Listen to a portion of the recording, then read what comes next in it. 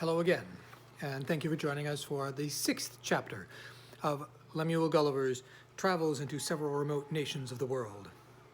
Chapter 6 being of the inhabitants of Lilliput, their learning, laws, and customs, the manner of educating their children, the author's way of living in that country, his vindication of a great lady.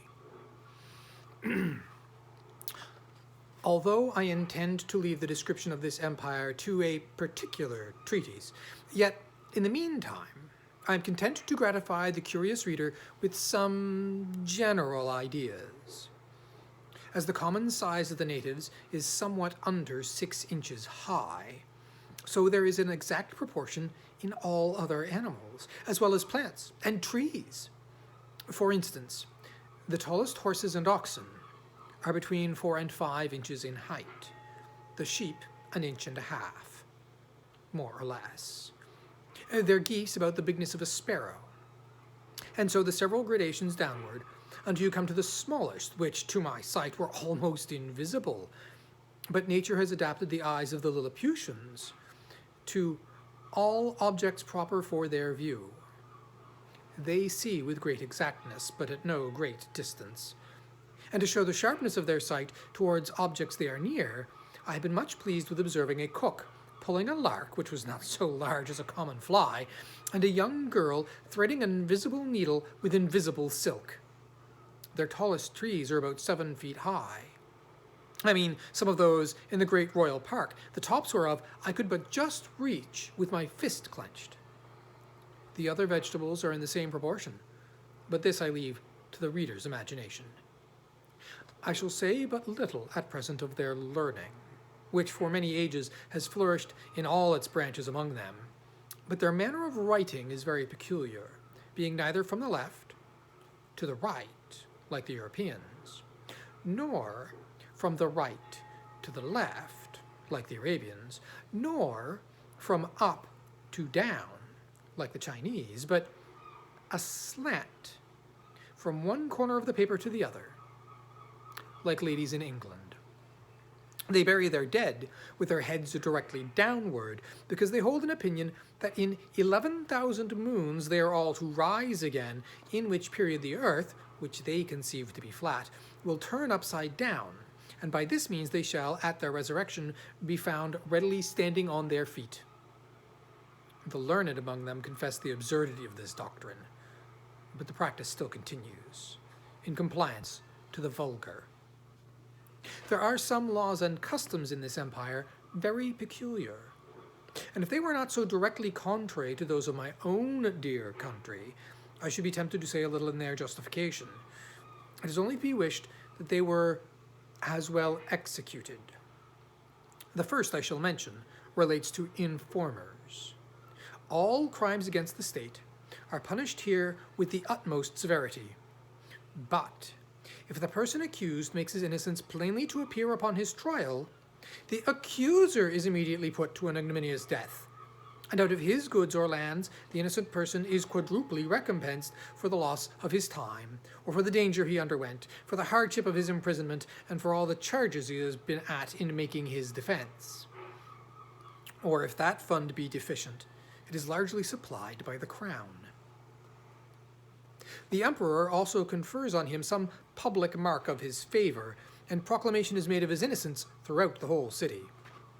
They look upon fraud as a greater crime than theft, and therefore seldom fail to punish it with death, for they allege that care and vigilance, with a very common understanding, may preserve a man's goods from thieves. But honesty has no defense against superior cunning.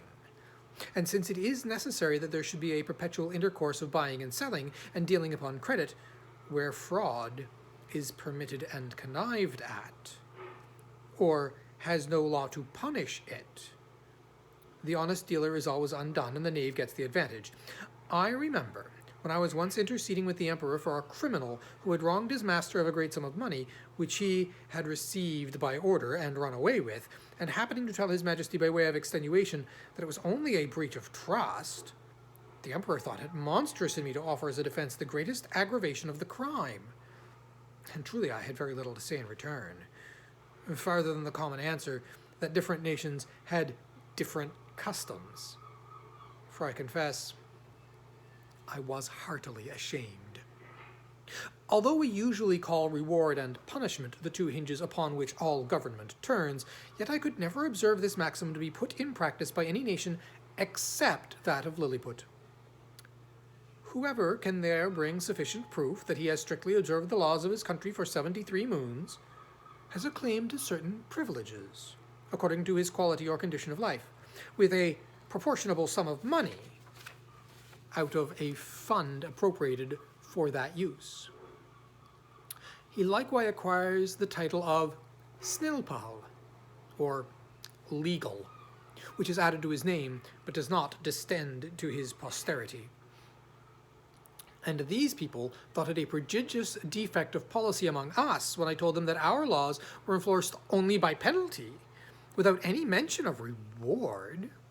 It is upon this account that the image of justice in their courts of judicature are formed with 6 eyes, 2 before, as many behind, and then on each side 1, to signify circumspection, with a bag of gold open in her right hand and a sword sheathed in her left, to show that she is more disposed to reward than to punish.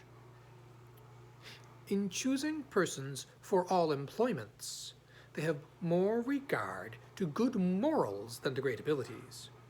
For since government is necessary to mankind, they believe that the common size of human understanding is fitted to some station or other, and that Providence never intended to make the management of public affairs a mystery, to be comprehended only by a few persons of sublime genius, of which there seldom are 3 born within an age. But they suppose truth, justice, temperance, and the like to be in every man's power, the practice of which virtues, assisted by experience and good intention, would qualify any man for the service of his country, except where a course of study is required. But they thought the want of moral virtues was so far from being supplied by superior endowment of the mind, that employments could never be put into such dangerous hands as those of persons so qualified, and at least that the mistakes committed by ignorance in a virtuous disposition would never be of such fatal consequence to the public weal as the practices of a man whose inclinations led him to be corrupt, and who had great abilities to manage, to multiply, to defend his corruptions. In like manner, their disbelief of a divine providence renders a man incapable of holding any public station. For since kings avow themselves to be the deputies of Providence, the Lilliputians think nothing can be more absurd than for a prince to employ such men as disown the authority under which he acts. In relating these and the following laws, I would only be understood to mean the original institutions, and not the most scandalous corruptions, into which these people are fallen by the degenerate nature of man. For as to the infamous practice of acquiring great employments by dancing on the ropes, or badges of honor and distinction by leaping over sticks and creeping under them, the reader is to observe that they were first introduced by the grandfather of the emperor now reigning, and grew to the present height by the gradual increase of party and faction. Ingratitude is among them a capital crime, as we read it to have been in some other countries. For they reason thus, that whoever makes ill returns to his benefactor must needs be a common enemy to the rest of mankind, from whom he has received no obligation, and therefore such a man is not fit to live. Their notions relating to the duties of parents and children differ extremely from ours, for since the conjunction of male and female is founded upon the law of nature, in order to propagate and continue the species, the Lilliputians will needs have it that men and women are joined together like other animals by the motives of concupiscence, and that their tenderness towards their young proceeds from like natural principle, for which reason they will never allow that a child is under any obligation to his father for begetting him, or to his mother for bringing him into the world, which, considering the miseries of human life, was neither a benefit in itself nor intended to be by his parents, whose thoughts in their love encounters were otherwise employed. Upon these and the like reasonings, their opinion is that parents are the last of all others to be trusted with the education of their own children, and therefore they have in every town public nurseries, where all parents, well, except cottagers and laborers, are obliged to send their infants of both sexes to be reared and educated when they come to the age of 20 moons, at which time they are supposed to have some rudiments of docility. These schools are of several kinds, suited to different qualities and both sexes and all. They have certain professors, well skilled in preparing children for such a condition of life as befits the rank of their parents and their own capacities and inclinations. I shall first say something of male nurseries and then of female. The nurseries for males of noble or eminent birth are provided with grave and learned professors and their several deputies. The clothes and food of the children are plain and simple, and they are bred up in the principles of honor, justice, courage, modesty, clemency, religion, and love for their country. They are always employed in some business, except in the times of eating and sleeping, which are very short, and 2 hours for diversions, consisting of bodily exercises. They are dressed by men until 4 years of age, and then are obliged to dress themselves, although their quality be ever so great. And the women attendant, who are aged proportionably to ours at 50, perform only the most menial offices. They are never suffered to converse with servants, but they go together in smaller or greater numbers to take their diversions, and always in the presence of a professor or one of his deputies, whereby they avoid early bad impressions, folly, and vice, to which our children are subject. Their parents are suffered to see them only twice a year, and that visit is to last but an hour. They are allowed to kiss the child at meeting and at parting, but a professor, who always stands by on those occasions, will not suffer them to whisper or use any fondling expressions or bring any presents of toys or sweetmeats and the like. The pension from each family for the education and entertainment of a child upon failure of due payment is levied by the emperor's officers. The nurseries for children of ordinary gentlemen and merchants and traders and handicrafts are managed proportionably after the same manner. Only those designed for trades are put out apprentices at 11 years old, whereas those persons of quality continue in their exercises until 15, which answers to 21 with us, but the confinement is gradually lessened for the last 3 years. In the female nurseries, the young girls of quality are educated much like the males, only they are dressed by orderly servants of their own sex, but always in the presence of a professor or a deputy till they come across to dress themselves, which is at 5 years old. And if it be found that these nurses ever presume to entertain the girls with frightful or foolish stories, or the common follies practiced by chambermaids among us, they are publicly whipped thrice about the city, and imprisoned for a year, and then banished for life to the most desolate part of the country. Thus, the young ladies are as much ashamed of being cowards and fools as the men, and despise all personal ornament beyond decency and cleanliness. Neither did I perceive any difference in their education made by a difference in sex, only that the exercises of the females were not quite altogether so robust, and that some rules were given them relating to domestic life, and a smaller compass of learning perhaps enjoined them, for their maxim is that among people of quality, a wife should always be reasonable and agreeable, because she cannot always be young, so when the girls are 12, which among them is their marriageable age, the parents or guardians take them home with great expressions of gratitude to the professors, and seldom without tears of the young lady and her companions. In the nurseries of females of the meaner sort, the children are instructed in all kinds of work, proper, and their several degrees. Those intended for apprentices are dismissed at 7 years old, and the rest are kept until 11. The meaner families who have children at these nurseries are obliged, besides the annual pension, which is as low as possible, to return the steward of the nursery a small monthly share of their gettings to be apportioned for the child, and therefore all parents are limited in their expenses by the law. For the Lilliputians think nothing can be more unjust than for people, in subservience to their own appetites, to bring children into the world and then leave the burden of supporting them onto the public. As the persons of quality, while they give surety to appropriate a certain sum for each child suitable to their condition, and these funds are always managed with good husbandry and the most exact justice.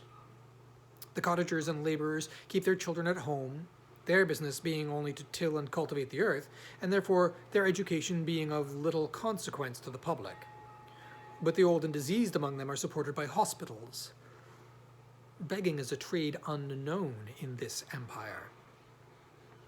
And here it may, perhaps, divert the curious reader to give some account of my domestics and my manner of living in this country, during a residence of 9 months and 13 days. Having a head mechanically tuned, and being likewise forced by necessity, I had made for myself a table and chair convenient enough out of the largest trees in the royal park. 200 sempstresses were employed to make me shirts and linen for my bed and table, all of the strongest and coarsest kind they could get, which, however, they were forced to quilt together in several folds. For the thickest was some degree finer than lawn. Their linen is usually 3 inches wide, and 3 feet make a piece. The sempstresses took my measure as I lay on the ground, one standing at my neck and another at my mid-leg with a long, strong cord extended, that each held by the end, while a third measured the length of the cord with a rule of 1 inch long. And then they measured my right thumb, and desired no more. For by a mathematical computation, that twice around the thumb is once around the wrist, and so on, to the neck and the waist, and by the help of my old shirt, which I displayed on the ground before them for a pattern, they fitted me exactly. 300 tailors were employed in the same manner to make me clothes, but they had another contrivance for taking my measure. I kneeled down, and they raised a ladder from the ground to my neck, and upon this ladder one of them mounted, and let fall a plumb line from my collar to the floor, which just answered the length of my coat. But my waist and arms I measured myself. And when my clothes were finished, which was done in my house, for the largest of theirs would not have been able to hold them, they looked like the patchwork made by the ladies in England, only that mine were all of one color. I had 300 cooks to dress my victuals, in little convenient huts built around my house, where they and their families lived, and prepared me 2 dishes apiece. I took up 20 waiters in my hand and placed them on the table. 100 more attended below on the ground, some with dishes of meat and some with barrels of wine, and other liquors slung on their shoulders, all of which the waiters above drew up as I wanted in a very ingenious manner by certain cords, as we draw a bucket up a well in Europe. A dish of their meat was a good mouthful, and a barrel of their liquor a reasonable draught. Their mutton yields to ours, but their beef is excellent. I have had a sirloin so large that I have been forced to make 3 bites of it, but this is rare. My servants were astonished to see me eat it, just bones and all, as in our country the way we do with the leg of a lark. And their geese and turkeys I usually just ate in a mouthful, and I confess they far exceeded ours. Of their smaller fowl I could take up 20 or 30 at the end of my knife. One day, His Imperial Majesty, being informed of my way of living, desired that himself and his royal consort, with the young princes of the blood of both sexes, might have the happiness, as he was pleased to call it, of dining with me. They came accordingly, and I placed them in chairs of state upon my table, just over against me, with their guards about them. Flimnap, the Lord High Treasurer, attended there likewise with his staff, and I observed he often looked on me with a sour countenance, which I would not seem to regard, but just ate more than usual in honor of my dear country, as well as to fill the court with admiration. I have some private reasons to believe that this visit from His Majesty gave Flimnap an opportunity of doing me ill offices to his master. That minister had always been my secret enemy, although he outwardly caressed me more than was usual to the moroseness of his nature. He represented to the emperor the low condition of his treasury, that he was forced to take up money at a great discount, that exchequer bills would not circulate under 9%, below par, that I had cost his majesty above 1.5 million sprugs, their greatest gold coin, about the bigness of a spangle, and upon the whole, that it would be advisable in the emperor to take the first fair occasion of simply dismissing me. Well, I am here to oblige to vindicate the reputation of an excellent lady, who was an innocent sufferer upon my account. The treasurer took a fancy to be jealous of his wife, from the malice of some evil tongues, who informed him that her grace had taken a violent affection for my person. And the court scandal ran for some time, that she had once come privately to my lodging. Now this I solemnly declare to be a most infamous falsehood, without any grounds, further than that her grace was pleased to treat me with all innocent marks of freedom and friendship. I own she came so often to my house, but always publicly, nor ever without 3 or more in the coach, who were usually her sister and young daughter, and some particular acquaintance, but this was common to many other ladies as well of the court. And I still appeal to my servants round, whether they at any time saw a coach at my door without knowing what persons were in it. On those occasions, when a servant had given me notice, my custom was to go immediately to the door, and after paying my respects, to then take up the coach and 2 horses very carefully in my hands, for if there were 6 horses, the postilion always unharnessed for, and place them on a table, where I had fixed a movable rim quite round of 5 inches high to prevent accidents. And I have often had 4 coaches and horses at once on my table, full of company, while I sat in my chair, leaning my face toward them, and when I was engaged with one set, the coachman would gently drive the others around my table. I have passed many an afternoon very agreeably in these conversations. But I defy the treasurer or his 2 informers, I will name them, and let them make the best of it, Clustril and Drunlo, to prove that any person ever came to me incognito, except the secretary Reldersal, who was sent by express command of the imperial majesty, as I have before related. I should not have dwelt so long upon this particular, if it had not been a point wherein the reputation of a great lady is so nearly concerned, to say nothing of my own. Though I then had the honour to be a nardac, which the treasurer himself is not, for all the world knows that he is only a glumglum, a title inferior by 1 degree, as that of a marquis is to a duke in England. Yet I allow he preceded me in right of his post. These false informations, which I afterwards came to the knowledge of by an accident not proper to mention, made the treasurer show his lady for some time an ill countenance, and me a worse. And although he was at last undeceived and reconciled to her, yet I still lost all credit with him, and found my interest decline very fast with the emperor himself, who was indeed too much governed by that one favorite. And thus ends chapter 6. You may debark.